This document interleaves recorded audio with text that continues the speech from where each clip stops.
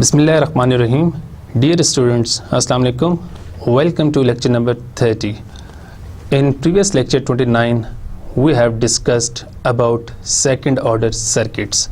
A second order circuit is characterized by a second order differential equation. It consists of resistor and the equivalent of two energy storage elements. आपके पास यहाँ पे 4 different types के second order circuits हैं. ये आपके पास series second order circuit है जिसमें L और C और रजिस्टर आर सीरीज में कनेक्टेड हैं. क्योंकि इसमें स्टोरेज एलिमेंट 2 हैं, इंडक्टर एंड कैपेसिटर, सो इसको हम कहते हैं ये सेकंड ऑर्डर सर्किट है. इस तरह ये आपके पास पैरेलल सेकंड ऑर्डर सर्किट है. इसमें आपके पास रजिस्टर, कैपेसिटर और इंडक्टर तीनों पैरेलली कनेक्टेड हैं. इस सर्किट में आपके पास स्टोरेज एलिमेंट सिर्फ इंडक्टर हैं जिनकी क्वांटिटी 2 है, तो इसको भी हम सेकंड ऑर्डर सर्किट ही कहते हैं. और इसमें आपके पास स्टोरेज एलिमेंट सिर्फ कैपेसिटर्स हैं.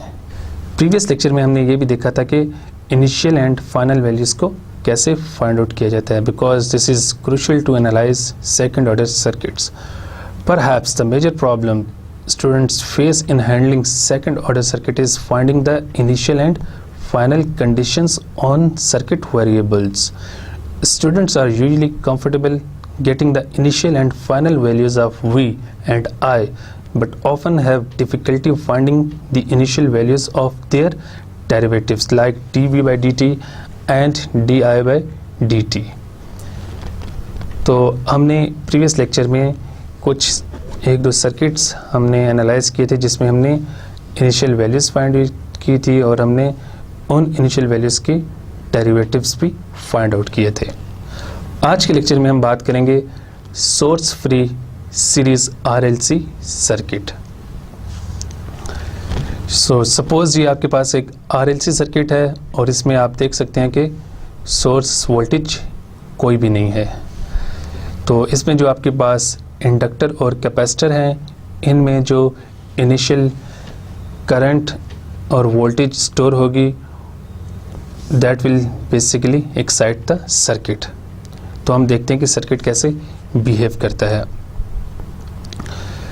तो सबसे पहले हम देखते हैं कि हमारे पास कैपेसिटर में इनिशियली एनर्जी स्टोर्ड कौन सी है. So as we know the formula for voltage across the capacitor, that is equal to 1 by C minus infinity to 0 I dt, and suppose V naught is the initial energy stored in the capacitor. इसी तरह अब हम inductor की बात करते हैं. इसी तरह हम इंडक्टर की बात करते हैं. So current through the inductor is I naught and this is the initial energy stored in the inductor. So this is equation 1 and this is equation 2.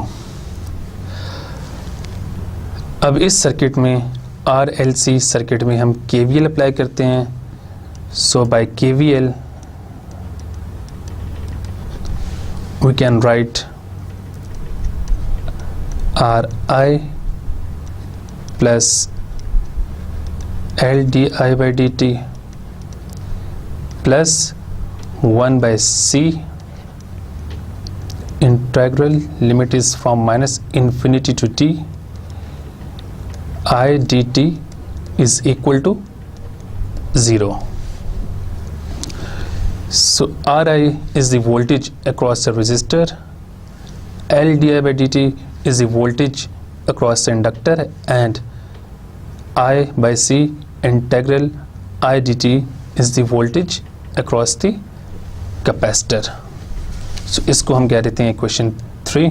सो अब क्योंकि इस इक्वेशन में आपके पास इंटेग्रल है, इंटेग्रल को एलिमिनेट करने के लिए हम इस पूरे एक्सप्रेशन को डिफरेंशिएट करते हैं विद रिस्पेक्ट टू टाइम. सो आपके पास आफ्टर टेकिंग डेरिवेटिव आपके पास इक्वेशन आ जाएगी d square i by D t square plus are by L d I by D T plus i by L C is equal to 0। यहाँ पे मैंने हर term का derivative लिया है और फिर इस डेरिवेटिव लेने के बाद इक्वेशन को रीअरेंज किया तो हमारे पास ये इक्वेशन आ जाएगी। इसको मैं इक्वेशन 4 कह देता हूँ। So this is the second order differential equation और हमारा इसमें जो ऑब्जेक्टिव है that is to solve this differential equation. So इस डिफरेंशियल इक्वेशन को सॉल्व करने के लिए हमें 2 इनिशियल कंडीशंस रिक्वायर्ड हैं। सबसे पहले हमारे पास यहाँ पे करंट होना चाहिए, करंट थ्रू द इंडक्टर, और दूसरा उस करंट का डेरिवेटिव। हमारे पास जो पहली इनिशियल कंडीशन है that is i of 0 is equal to i not, और दूसरी इनिशियल कंडीशन को अब हम फाइंड आउट करते हैं। सो हमारे पास जो इक्वेशन, तो यहाँ भी मैं अब इनिशियल कंडीशंस लिखता हूँ।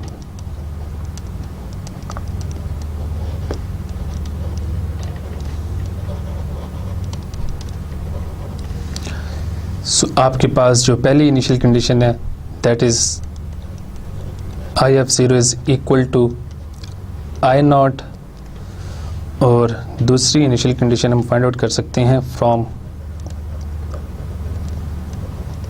Equation 1 and equation 3।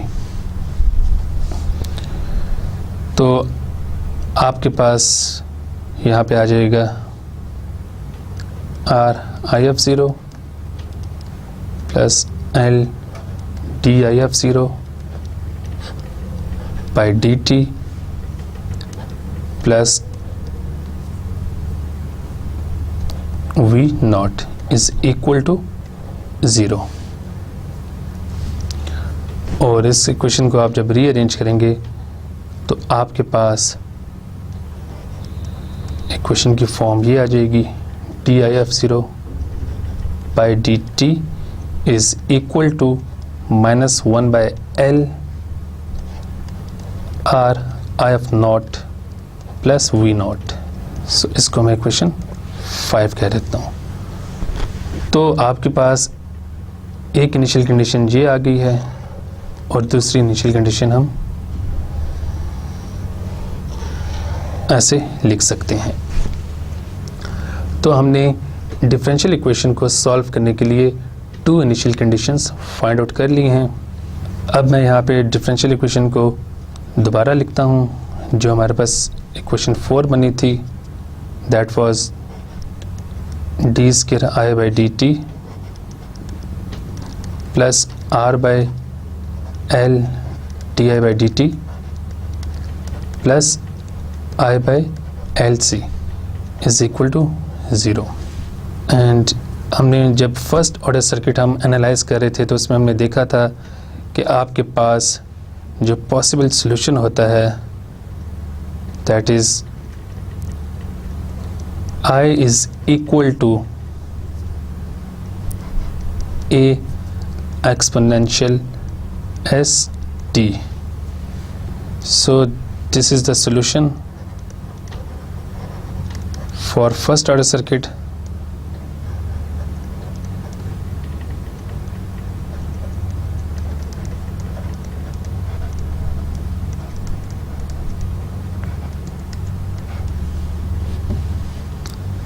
where a and s are constants और इनकी वैल्यूज हमने फाइंड आउट करनी है। सो इस इक्वेशन को मैं कह देता हूँ दिस इज इक्वेशन नंबर 6। अब इस इक्वेशन को मैं इस इक्वेशन में पुट कर देता हूँ जो हमारे पास सेकंड ऑर्डर डिफरेंशियल इक्वेशन आई थी आई की जगह मैं इसकी value a exponential raise to power s t put कर देता हूँ इस इक्वेशन में, तो हमारे पास इक्वेशन आ जाएगी a s square e raise to power s t plus a r by l s exponential e raise to power s t plus a by L c exponential raise to power s t is equal to 0। तो अब हमारे पास ये equation आ गई है और इस इक्वेशन में से मैं a exponential raise to power s t को कॉमन ले लेता हूँ, तो आपके पास यहाँ पे आ जाएगा s square plus are by l s plus 1 by L C is equal to 0। इस इक्वेशन को मैं कह देता हूँ इक्वेशन नंबर 7। सो अब आपके पास जो पैरेंथेसिस में एक्सप्रेशन आ रहा है, अब हमने इसको सॉल्व करना है। So that is s square plus are by l s plus 1 by L c. Since we know that I is equal to a exponential e raised to power st is the assumed solution we are trying to find, so only the expression in the parentheses can be 0, so इसको हम 0 put कर सकते हैं। so ये आपके पास एक अब quadratic equation आ गई है। So this quadratic equation is known as the characteristic equation of the differential equation, जो हमारे पास पीछे हमने second order differential equation find out की है। अब हम इस क्वाड्रेटिक इक्वेशन को सॉल्व करते हैं। इसको मैं कह देता हूँ इक्वेशन नंबर 8a। सो अब हम इसको सॉल्व करते हैं और इसके रूट्स फाइंड आउट करते हैं। तो हमारे पास इसके रूट्स आएंगे S1 is equal to minus r by 2l plus under root r by 2l square minus 1 by LC and root S2 is equal to minus R by 2L minus under root R by 2L square minus 1 by LC। अब ये इसके दोनों roots कैसे आए हैं, ये आपने quadratic equation FSE में सॉल्व की होंगी। फॉर एग्जांपल अगर हमारे पास ये general form of quadratic equation है ax स्क्वायर plus bx plus c is equal to 0, so यहाँ पे आपके पास जो इसके रूट्स बनेंगे x1 x2 that will be equal to minus b plus minus b square minus 4ac divided by 2a। तो अगर आप इस इक्वेशन को इसके साथ कंपेयर करें तो आपके पास यहाँ पे a की वैल्यू आएगी 1, b की वैल्यू आपके पास यहाँ पे आएगी r बाई एल और c की वैल्यू आपके पास आएगी 1 बाई एल सी। सो इस इक्वेशन में आप a, b और c की वैल्यूज पुट करेंगे तो आपके पास ये दो रूट्स की वैल्यूज़ आ जाएंगी, ये S1 की वैल्यू और ये S2 की वैल्यू होगी। इस इक्वेशन को मैं कह देता हूँ 9a और इस इक्वेशन को मैं कह देता हूँ 9b। इन रूट्स को हम ऐसे भी लिख सकते हैं S1 is equal to minus alpha plus under root alpha square minus omega not square and S2 is equal to minus alpha minus alpha square minus omega naught square. So this is the more compact way of expressing the roots S1 and S2. So इस equation को मैं कह देता हूँ equation 10. So equation 10 में आपके पास जो alpha था that is equal to r by 2l and जो ओमेगा नॉट था that is equal to 1 by under root LC. So this is equation number 11. अब आपके पास जो दो रूट्स आए थे S1 and S2, they are called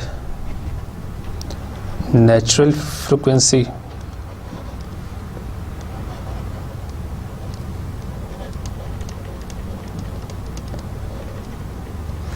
S1 और S2 आपके पास एक्चुअली नेचुरल फ्रिक्वेंसीज होती हैं और इसको हम मेजर करते हैं नेपर पर सेकंड में।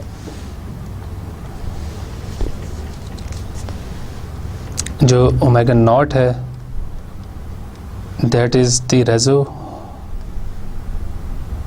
जो ओमेगा नॉट है that is the resonant frequency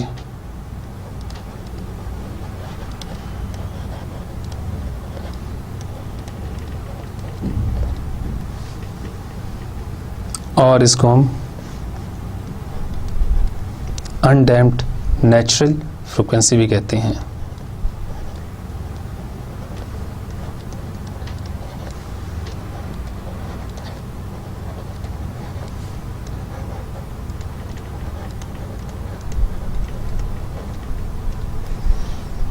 और इसको हम मेजर करते हैं in the unit of radian पर सेकंड। और जो आपके पास अल्फा है that is the नेपर frequency,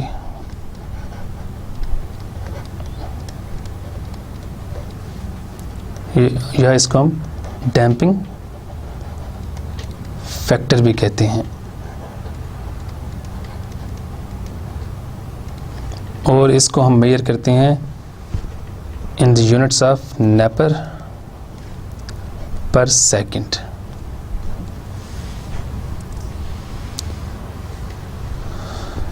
so in terms of alpha and omega not, equation 8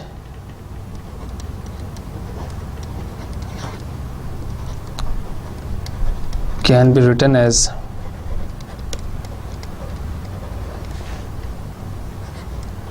S square plus 2 alpha S plus omega naught square is equal to 0.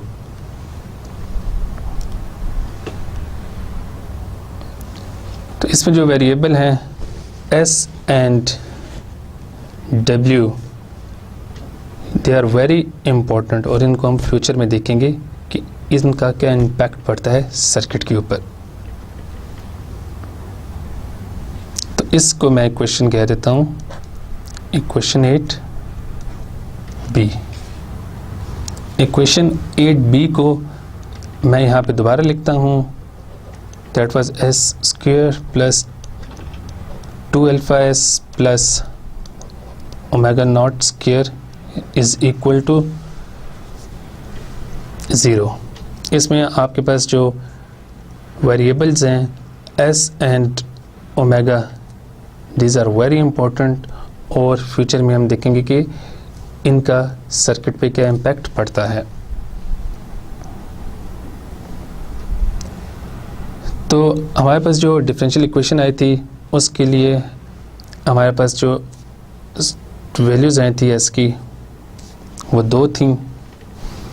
Equation 8b को मैं यहाँ पे दोबारा लिखता हूँ s square plus 2 alpha s plus omega not square, where s and omega are very important variables, और इनका impact हम सर्किट के ऊपर फ्यूचर में देखेंगे। तो हमारे पास यहाँ पे एस की 2 वैल्यूज़ आई थी, तो it shows that there are 2 possible solution for current I। सो हम लिख सकते हैं I1 is the first solution that is equal to A1 exponential raised to power S1t and I2 is equal to A2 exponential raised to power S2t। ये आपके पास root S1 है और ये आपके पास रूट S2 है। अब यहाँ पे मैं इक्वेशन 4 को रीराइट करता हूँ। फ्रॉम इक्वेशन 4 हमारे पास इक्वेशन आई थी t square i by D t square plus are by L d I by D T plus i by L C is equal to 0. Since this equation is a linear equation, any linear combination of 2 distinct solutions I1 and I2 is also a solution of this equation. So a complete or a total solution of this equation would therefore require a linear combination of I1 and I2. So जो हमारे पास natural response होगा series RL circuit का वो कुछ इस तरह का होगा। I of t is equal to A1 exponential raised to power S1t plus A2 exponential raised to power S2t। So ये आपके पास जो है that is the natural response of series RLC circuit. इसको मैं क्वेश्चन 12 कह देता हूँ और इसको मैं क्वेश्चन 13 कह देता हूँ। और यहाँ पे आपके पास जो कांस्टेंट हैं A1 और A2, इन कांस्टेंट्स की वैल्यूज हम फाइंड आउट कर सकते हैं using initial values I of 0 and d I of 0 by dt, जो हमारे पास इनिशियल कंडीशंस आई थी। एक हमारे पास आई थी I of 0 that is equal to I naught, और दूसरी हमारे पास इनिशियल कंडीशन आई थी d I of 0 by dt is equal to -1 by L into R I naught plus V naught। सो इन दोनों कंडीशंस को यूज़ करके हम कांस्टेंट A1 और A2 की वैल्यूज फाइंड आउट कर सकते हैं। सो जो हमारे पास इक्वेशन 10 आई थी उसको मैं रीराइट करता हूँ यहाँ पे। सो जो इक्वेशन 10 थी that was S1 is equal to minus alpha plus under root alpha square minus omega not square, and S2 is equal to minus alpha minus alpha square minus omega not square. So from this equation हम 3 cases बना सकते हैं और हम कह सकते हैं कि there are 3 types of solution. Number 1 is if alpha is greater than omega naught. So in this case हमारे पास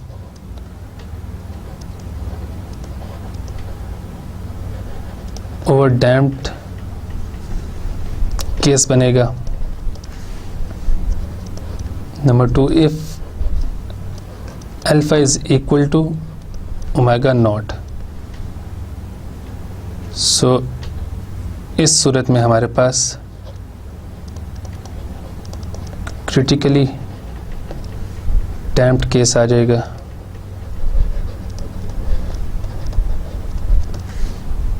and if alpha is less than omega naught, then we will be having underdamped case.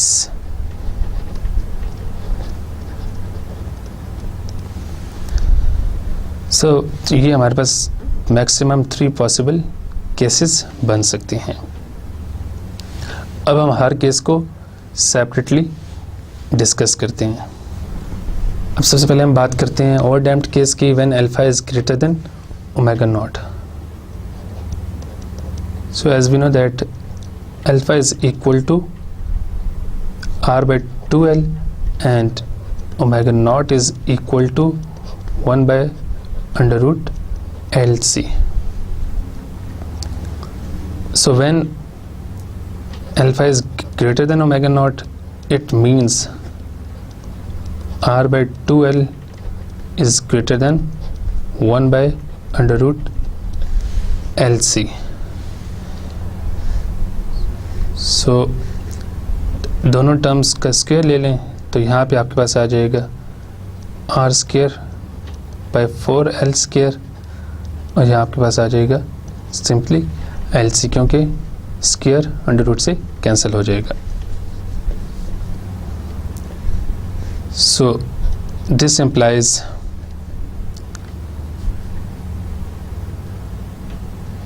r²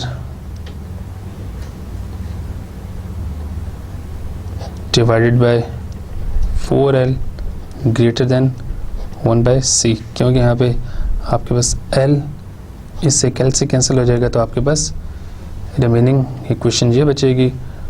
and this implies C is greater than 4l/r².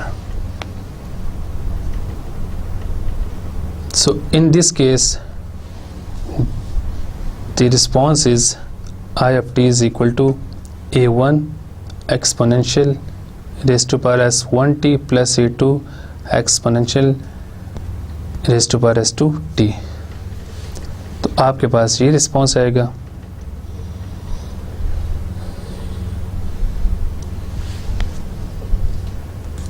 और यहाँ पे आप देख सकते हैं कि आपके पास जो रूट्स होंगे वो नेगेटिव और रियल होंगे, और इनको आप डिटरमिन कर सकते हैं from equation number 10। So equation 10 जो हमने देखी थी वो ये थी। सबसे पहले हम बात करते हैं ओवरडैम्प्ड केस की। As we know that alpha is equal to r/2l and omega naught is equal to 1/√LC, and we also know that S1 is equal to minus alpha plus under root alpha square minus omega naught square, and S2 is equal to minus alpha minus under root alpha square minus omega naught square. So overdamped case में alpha is greater than omega naught, so यहाँ हम लिख सकते हैं alpha greater than omega naught। इसमें alpha की value put कर देते हैं r/2l, और यहाँ ओमेगा नॉट की वैल्यू पुट कर देते हैं 1/√LC। दोनों साइडों पे स्क्वायर ले लेते हैं, तो यहाँ हमारे पास आ जाएगा r²/4l², यहाँ आपके पास आ जाएगा 1/LC। L इस एक L से कैंसिल हो जाएगा, and this implies C is greater then 4l/r²। तो तो अगर हम इस इक्वेशन को देखें तो जब आपके पास अल्फ़ा ओमेगा नॉट से ग्रेटर होगा तो आपके पास, क्योंकि S1 और S2 दोनों में आपके पास ये टर्म सेम है, सो जब कभी आपके पास अल्फ़ा ओमेगा नॉट से ग्रेटर होगा तो आपके पास जो रूट्स हैं S1 एंड S2 ये दोनों नेगेटिव और रियल होंगे, और आपके पास जो रिस्पांस होगा, जो सोल्यूशन होगा, that will be equal to I of t is equal to A1 exponential raise to power S1 t plus A2 exponential raise to power S2 t। तो ये आपके पास सोल्यूशन आ जाएगा, and this solution indicates that as time increases, so ये आपके पास पहले current की वैल्यू यहाँ पे मैक्सिमम पॉइंट तक पहुँचेगी, और then with the increase of time आपके पास करंट की वैल्यू डिक्रीज होना शुरू हो जाएगी, और एक टाइम आएगा कि ये ज़ीरो को अप्रोच करेगी। So this is the graphical representation of this solution. अब हम बात करते हैं second case की, which is critically damped case, and in this case alpha is equal to omega naught. So मैं यहाँ दोबारा लिखता हूँ, as we know that alpha is equal to r by 2l and omega naught is equal to 1 by LC under root. So critically damped case में आपके पास omega not और alpha ये इक्वल होते हैं, सो इसमें हम वैल्यूज पुट करते हैं। अल्फ़ा की जगह r by 2l और ओमेगा नॉट की जगह 1 बाय LC अंडर रूट। दोनों साइड्स पे हम स्क्वायर ले लेते हैं, तो ये आपके पास आ जाएगा 1 बाय LC, और ये आपके पास आ जाएगा r square by 4l square. So l यहाँ पे एक l से कैंसिल हो जाएगा, तो आपके पास c की वैल्यू यहाँ पे आ जाएगी 4l बाय r स्क्वायर के इक्वल। और हम ये भी जानते हैं कि root S1 is equal to minus alpha plus under root alpha square minus omega not square, and S2 is equal to minus alpha minus under root alpha square minus omega not square. So जब आपके पास alpha और omega naught equal होंगे तो ये दोनों cancel हो जाएंगे, इस तरह ये भी कैंसिल हो जाएंगे, तो ये जो पूरी टर्म है ये ज़ीरो के इक्वल हो जाएगी, इस तरह ये टर्म भी ज़ीरो के इक्वल हो जाएगी। तो आपके पास S1 जो है वो S2 के इक्वल आ जाएगा, and which is equal to minus alpha, और अल्फ़ा की वैल्यू हम यहाँ पुट कर देते हैं r by 2l। So S1 और S2 की वैल्यू हमारे पास आ रही है माइनस r बाई 2l। सो इस केस में आपके पास जो सॉल्यूशन होगा that is I of t is equal to A1 exponential raised to power minus alpha t plus A2 exponential raised to power minus alpha t। और क्योंकि अब आपके पास ये दोनों सेम हैं तो हम इसको लिख सकते हैं A1 plus A2 exponential raise to power minus alpha t, and A1 plus A2 को हम एक और नाम दे देते हैं A3। तो हमारे पास इक्वेशन की फाइनल फॉर्म ये आ जाएगी। और यहाँ पे हमारे पास क्योंकि A3 A1 प्लस A2 के इक्वल आ गया था, and this cannot be the solution because the two initial conditions cannot be satisfied with a single constant A3. So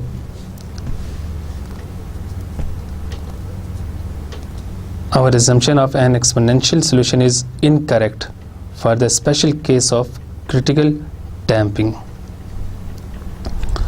So यहाँ पे मैं equation 4 को दोबारा लिखता हूँ.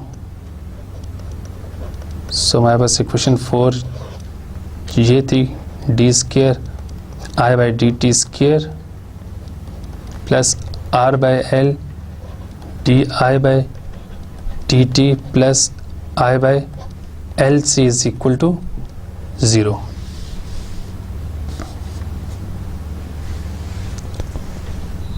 सो जब हमारे पास अल्फ़ा जो है वो अल्फ़ा नॉट के इक्वल हो गया तो हमारे पास इसकी वैल्यू आई थी आर बाई 2l के इक्वल.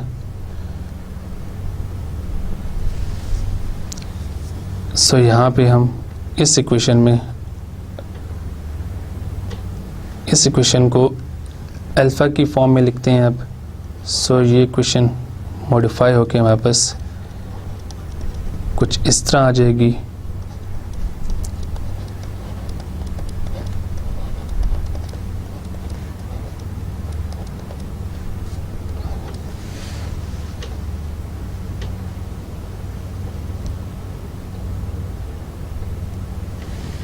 यहाँ पे आर बाई एल की जगह मैंने पुट कर दिया 2 alpha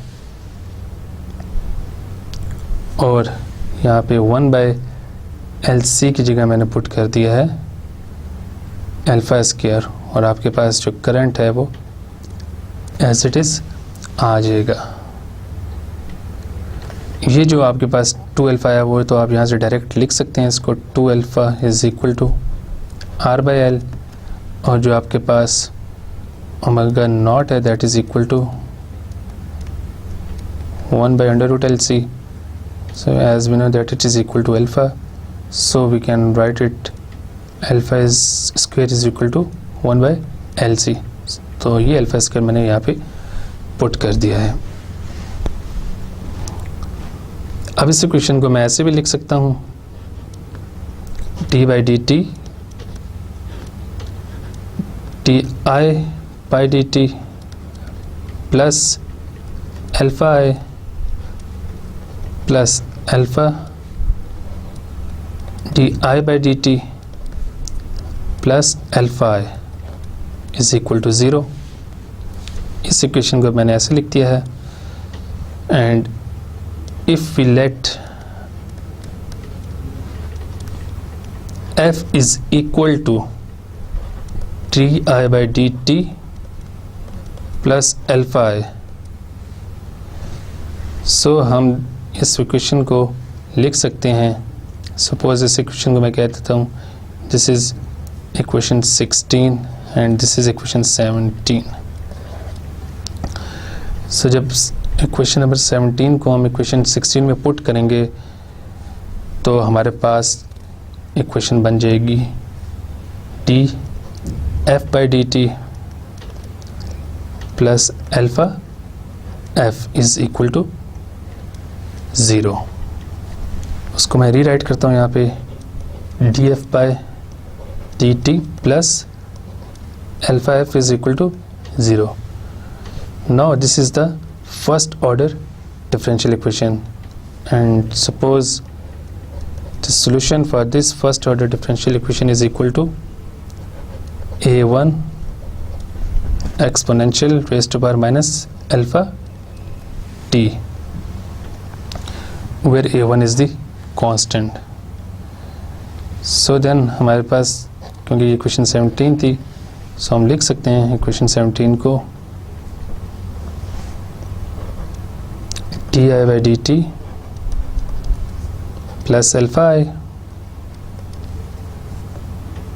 and this is equal to a1 exponential raise to power minus alpha T. हमारे पास जो f की वैल्यू आई थी that was di by dt plus alpha I. So इस सोल्यूशन में हमने ये f की वैल्यू पुट कर दी है, तो आपके पास ये इक्वेशन आ जाएगी।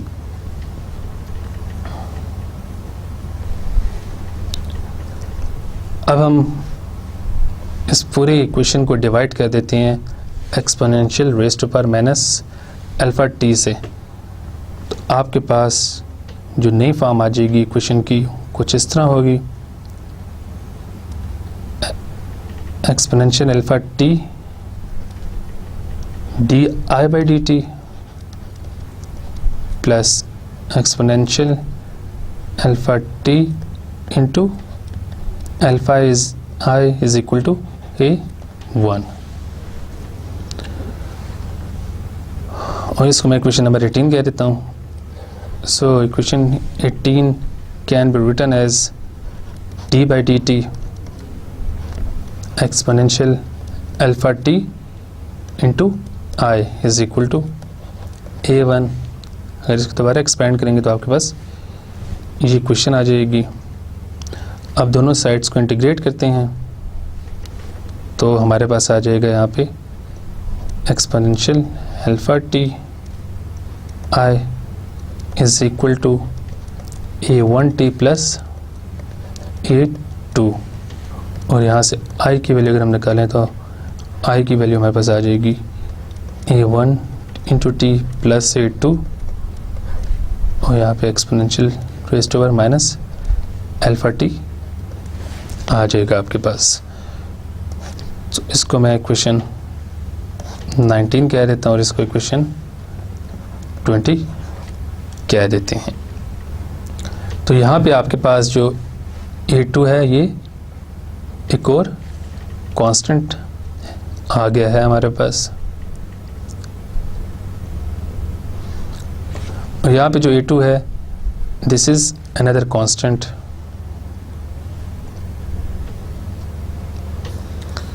So, the natural response of the critically damped circuit is a sum of two terms, a negative exponential and a negative exponential multiplied by a linear term। अगर इसको मैं यहाँ पे एक्सपेंड करूँ तो आप देखेंगे कि ये बन जाएगा a2 into exponential raise to power minus alpha t plus a1 t into exponential raised to power minus alpha t। So this is the negative exponential and this is the negative exponential multiplied by a linear term t। So ये आपके पास critically damped case का solution आ जाएगा। और ये figure जो है that is showing the critically damped case, and in fact it is a sketch of I of t is equal to t exponential raised to power minus alpha t which reaches a maximum value of e raised to power minus 1 by alpha at t is equal to 1 by alpha। जब आप यहाँ पे time की value 1 by alpha put करेंगे तो आपके पास current की वैल्यू मैक्सिमम पॉइंट तक चली जाएगी और उसके बाद ये फिर डिके होती होती ज़ीरो तक पहुंच जाएगी। अब हम बात करते हैं अंडरडैम्प्ड केस की, when alpha is less than omega not. So again we know that alpha is equal to r by 2l and omega naught is equal to 1 by LC under root। So underdamped case में आपके पास क्योंकि alpha is less than omega naught तो इसमें हम alpha की value put करते हैं r by 2l, यहाँ पे omega naught की वैल्यू पुट कर देते हैं और इसको जब आप सिंप्लीफाई करेंगे तो यहाँ पे आप सबसे पहले यहाँ स्क्वायर ले लेंगे, यहाँ पे L और एक L कैंसिल हो जाएगा और आपके पास C जो है that is now less than 4L/r²। और हमें ये भी पता है कि S1 इज इक्वल टू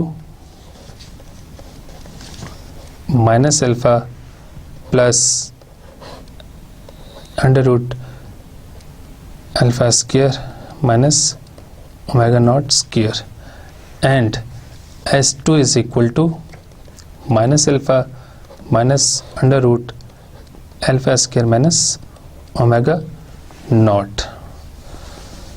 तो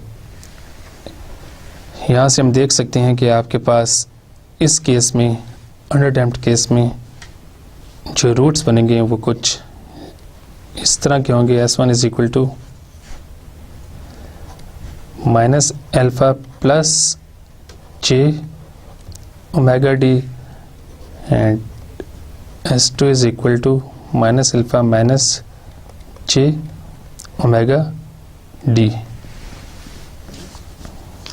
क्योंकि इस केस में आपके पास alpha less than omega naught है और जब आपके पास alpha less than omega naught होगा तो आपके पास जो रूट्स होंगे उसमें इमेजिनरी पार्ट भी होगा। तो यहाँ पे जो J है that is equal to -1 under root and omega D is equal to omega not square minus alpha square under root, और इसको हम कहते हैं डैम्पिंग फ्रीक्वेंसी।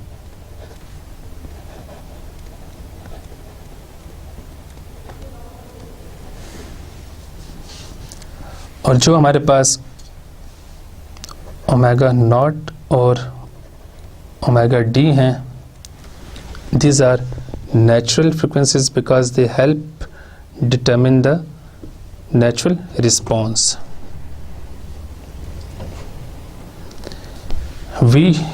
ओमेगा नॉट को हम अनडैम्प्ड नेचुरल फ्रिक्वेंसी भी कहते हैं, जबकि जो ओमेगा डी है that is damping natural frequency.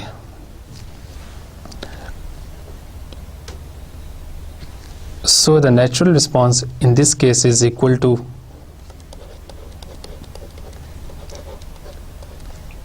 A1 exponential raised to power minus alpha minus j omega d into t plus A2 exponential raised to power minus alpha minus plus j omega d into t। So इसको हम लिख सकते हैं exponential raise to power minus alpha t A1 exponential raise to power j omega d T plus A2 exponential raise to power minus j omega d t. इसको थोड़ा सा और modify करते हैं। As we know the Euler identities, that is a j theta is equal to cos theta plus j sin theta and a minus j theta is equal to cos theta minus j sin theta। सो इन दोनों identities को हम कहते हैं Euler identities.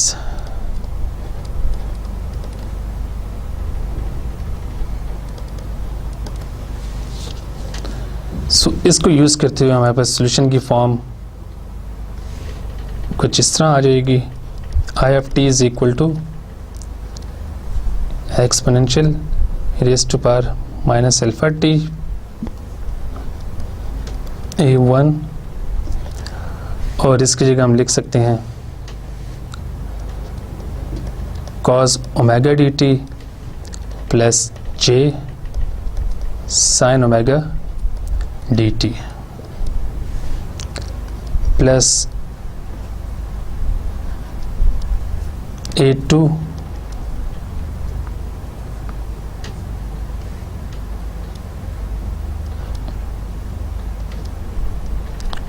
cos omega dt minus j sin omega dt।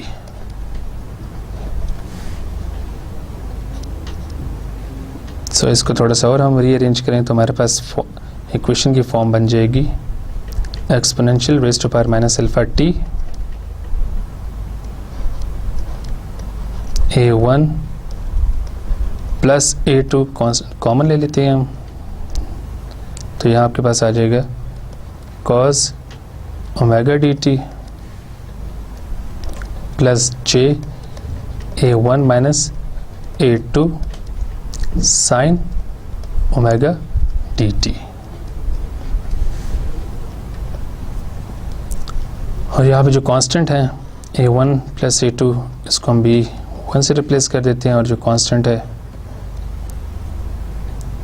a1 minus a2 इसको हम b2 से replace कर देते हैं। तो आपके पास सॉल्यूशन की सोफिस्टिकेटेड फॉर्म आ जाएगी a minus alpha t b1 cos omega dt plus b2 sin omega dt। सो ये आपके पास रिस्पॉन्स आ जाएगा। सो अंडर डैम्प्ड केस में आपके पास सॉल्यूशन ये आएगा IFT is equal to exponential raise to power minus alpha t b1 cos omega dt plus b2 sin omega dt। और अगर आप इस इक्वेशन में देखें तो आपके पास यहाँ पे cos फंक्शन और sin फंक्शन प्रेजेंट है। So it is clear from this solution that the natural response for this case, under damped case, is exponentially damped and oscillatory in nature. So आप देख सकते हैं इस फिगर में कि आपके पास जो solution है वो exponentially decay भी कर रहा है और oscillatory nature का भी है, और विद इंक्रीज ऑफ t ये ज़ीरो को अप्रोच करेगा। सो अब हम बात करते हैं क्यू पॉइंट्स की for the source free series RLC circuit. तो जैसे भी हमने सॉल्यूशन फाइंड आउट किया है for source free series RLC circuit, तो उसमें अगर आप इंडक्टर करंट फाइंड आउट कर लें तो जो बाकी क्वांटिटीज़ हैं such as individual elements voltage can easily be found. For example the resistor voltage is V is equal to IR and the inductor voltage is equal to LdI by dt। तो क्योंकि हमारे पास जो response है that is in the form of current, तो यहाँ आप उस करंट की वैल्यू पुट करके voltage across the resistor find out कर सकते हैं, और यहाँ पे उस करंट की वैल्यू पुट करके voltage across the inductor find out कर सकते हैं। और इसमें एक और इम्पॉर्टेंट चीज़ ये है कि हमने जो करंट है IFT इसको हमने सेलेक्ट किया है इन this case over response, because we know that the inductor current is always continuous। so आपके पास I of 0 plus I of 0 minus के इक्वल होता है, क्योंकि इसमें अब्रप्ट चेंज नहीं आता है, तो इसीलिए हमने इंडक्टर करंट को एज अ सर्किट रिस्पॉन्स लिया है। अब हम एक एग्जांपल सॉल्व करते हैं related to source free series parallel. अब हम एक एग्जांपल सॉल्व करते हैं related to source free series RLC circuit. So example is in the following figure R is equal to 40 ohm, L is equal to 4 Henry, and C is equal to 1 by 4 Farad. Calculate the characteristic roots of the circuit. Is the natural response overdamped, underdamped, or critically damped? So as we know that alpha is equal to R by 2L and omega naught is equal to 1 by under root LC. So इसमें जब हम R की value 40 put करेंगे और L की value 4 put करेंगे तो हमारे पास अल्फ़ा की वैल्यू आ जाएगी 5. अब हम ओमेगा नॉट फाइंड आउट करते हैं तो हमारे पास यहाँ पे L की वैल्यू 4 है, C की वैल्यू 1 by 4 है और इसका अंडर रूट, जिसको जब सिंप्लीफाई करेंगे तो ओमेगा नॉट की वैल्यू हमारे पास आ रही है 1. सो आपके पास जो रूट्स हैं S1 और S2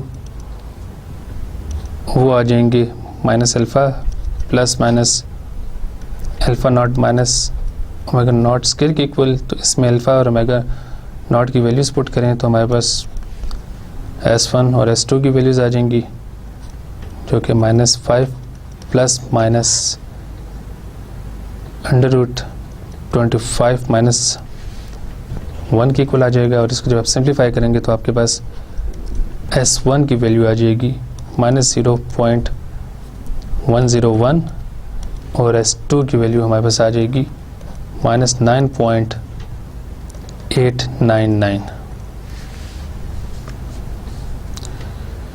सो अल्फ़ा और ओमेगा नॉट की वैल्यू से हमने देखा है कि alpha is greater than omega naught. So in this case response is overdamped.